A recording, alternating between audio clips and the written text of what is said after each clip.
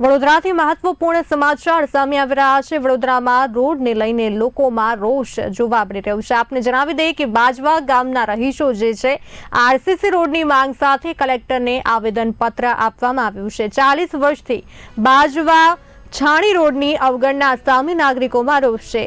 Gypsum ગાડીઓના ભારે ટ્રાફિકથી રસ્તો બને છે જોખમી। ડામરનો રોડ અયોગ્ય છે। આરસીસી રોડ બનાવવાની તાત્કાલિક માંગ ઉઠી છે। કલેક્ટરને આયોજન પત્ર સુપરત કરી કાર્યવાહીની અપેક્ષા છે।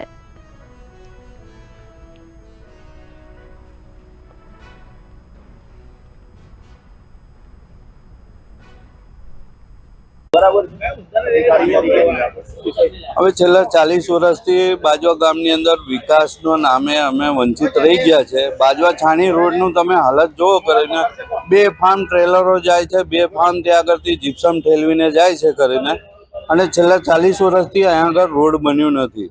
રોડના નામે ત્યાં આગળ ઢીગડા મારીને જતા રહે છે, અને આના લીધે અમારે શ્વાસનો પ્રોબ્લેમ થાય છે, આંખમાં બળતરા થાય છે, અને શ્વાસના અનેકો રોગ અમને થઈ રહ્યું છે। આજ રોજ અમે કલેક્ટરશ્રીને છેલ્લે કંટાળીને કલેક્ટરશ્રીને આવેદનપત્ર આપવામાં આવ્યું।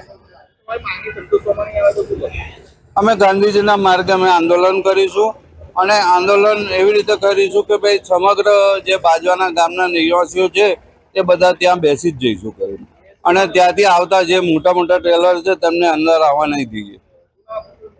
મનીષભાઈ રામચંદ્ર પિલ્લે, ઉપસરપંચ બાજવા, માજી।